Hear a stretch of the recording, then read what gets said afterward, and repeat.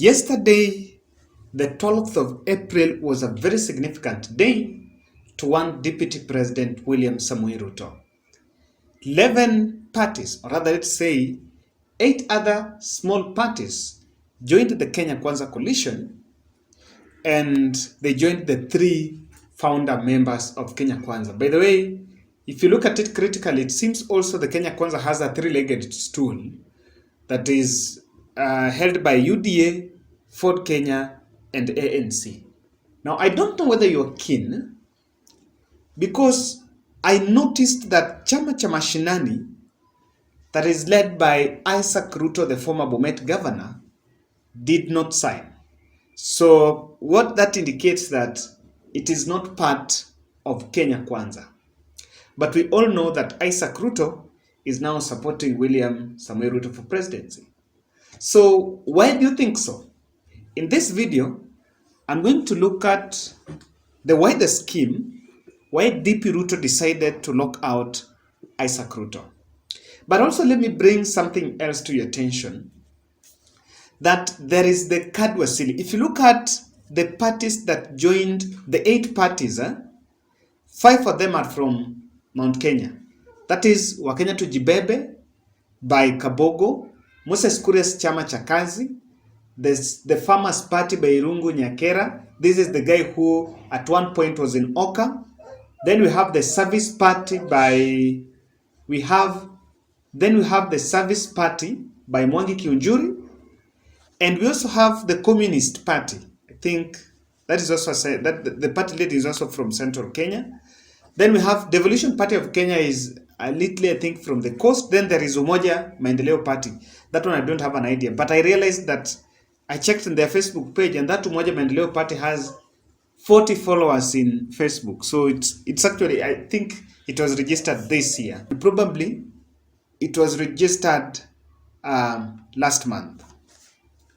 Now, this is one thing I realized here, that the parties that joined Kenya Kwanza, 5 of those parties are from Central Kenya. And from Rift Valley, there is no any other party apart from UDA that is in Kenya Kwanza. But then let me also bring your attention to this. Aisha Jumwa, some part, I think it was last year, joined Kadwasili. Kadwasili is a coastal party. It's based mostly in the coast. And the plan was that to have Kadwasili join UDA. But I think somewhere this year, and I think this is the photo here, I need to get the date. Yeah, if you look at this photo here, this is the photo of party leader of Kadwasili, that is Emmanuel Nzai. Emmanuel Nzai is the running mate to Aisha Jumwa in the Kilifi governor's race. So what happened is that Emmanuel Nzai, instead of Kadwasili joining the Kenya Kwanza, they advised that Emmanuel Nzai, who was by then the party leader of Kadwasili, to leave Kadwasili and join UDA. Because initial plan would be that Kenya Kwanza will form an alliance with also the Kadwasili, because Kadwasili is from the coast. But technically, William Ruto locked out that party, and instead, he snatched the party leader so that that party leader could deputize Aisha Jumwa in the Kilifi governor's race. But then Emmanuel Nzai was Ekuru Okot, hey, that guy, your general Simbawa mentioned, Ekuru Okot's running mate in 2017. So 2 parties that were technically locked out, Chama cha Kazi in Rift Valley and Kadwasili from the coast. That tells you that, of course, something is there. And this begs the question, and I think I asked in my other analysis, do you think William Ruto left the plan to make one big party known as UDA? That plan is still there. And again, something is really, this one is very interesting. Now, let's go back to the basis, what I was set to analyze in this video. Why ISAAC RUTTO was locked out. First, I think I need to mention that we must also appreciate that ISAAC RUTTO in Rift Valley The most senior most politician with still a bright future from the rift as we talk now is ISAAC Ruto.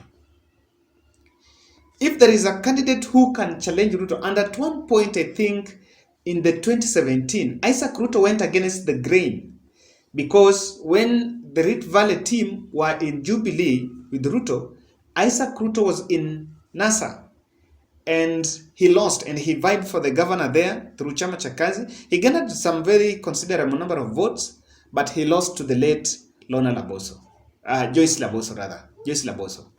So he's been someone that even in 2013, he was at loggerheads with the deputy president because he was seen as someone that had a big potential. I am not shocked that Deputy Ruto decided that he was not going to work in Kenya Kwanza with ISAAC Ruto. Because you have to remember that in the NASA coalition in the 2017, ISAAC Ruto was a co-principal just like Wetangula and Musalia Mudavadi. And actually, if he was to be there, he could be a co-principal. I am persuaded that he's more experienced, not even more experienced, but I think in terms of stature, he's even above Moses Masika Wetangula. Now, what do you think he was locked out? He was locked out. He has Chama cha Kazi that is based in Bomet.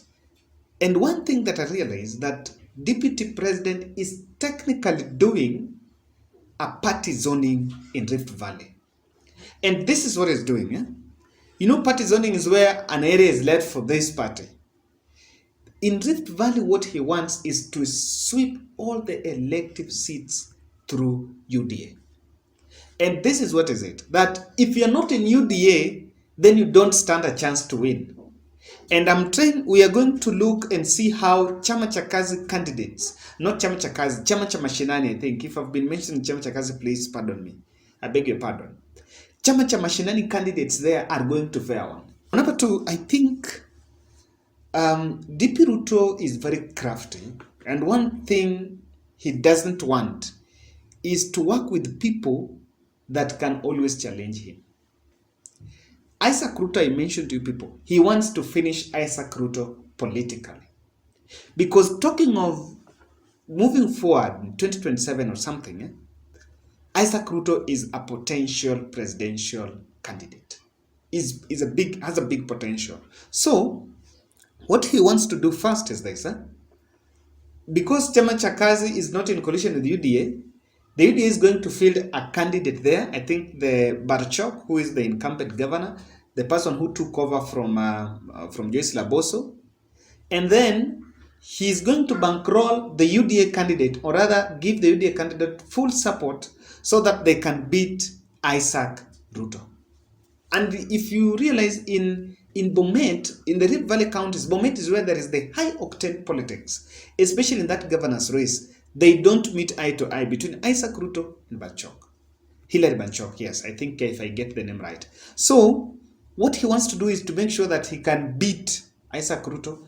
They face off in the ballot, and with the UDA euphoria in the area, I beg to be corrected. But there was I think a research that showed that the county where William Ruto enjoys massive support than any other county in Rift Valley is Bomet. And he knows that if he fields a candidate, he can dust off ISAAC Ruto. Now, I think ISAAC Ruto also refused to fold that party. Remember in 2017, he used the party. And at one point, Kipchumba Murkomen and Oscar Sudi were asking him to fold that party so that he could join UDA. But he refused. And that is something that did not really augur well with William Samoei Ruto. So the wider plan here is, one, I played a clip here where someone was saying to Gege, I think, is it Councillor Njohi from, I think Tarakaniti or Meru was saying, in central Kenya, William Ruto is giving them to Gege. To Gege, I understand, is scarecrow. So what Ruto is doing on the opposite, the other side, and that guy was complaining that the other side, they are appointing doctors, very powerful people, to seek these elective seats. The people that are going to win, like governor and the Senate, in the Rift Valley area, are people that are really learned and people who have the experience and the merit. Now, what I feel is this, he's already maybe has realized that the UDA candidates in Bomet may not be that much better. But with the competition between the UDA candidates and ISAAC Ruto, he's likely to get a best candidate. And best in terms of merit, and also best in terms of popularity of the candidate. This is something that, for me, it's very technical. But again, I feel like if you look at the way the UDA have conducted themselves, or William Ruto have conducted himself during these nominations, you cannot bury your head in the sand that the lines are drawn. In Rift Valley, he's not really going for consensus. Why is it that there is no consensus that is going on there? Like, for example, in Bomet, ISAAC Ruto, Chok, and the fellas are there.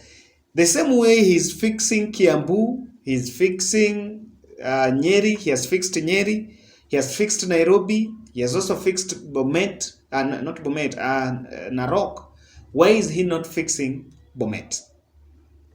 That tells you the way the nomination plan is being skewed, that it is not really uniform. In some areas it's being done, in some areas it is not done. So ladies and gentlemen, this is my opinion why I think ISAAC Ruto has been locked out. But then you can also give us, what do you think?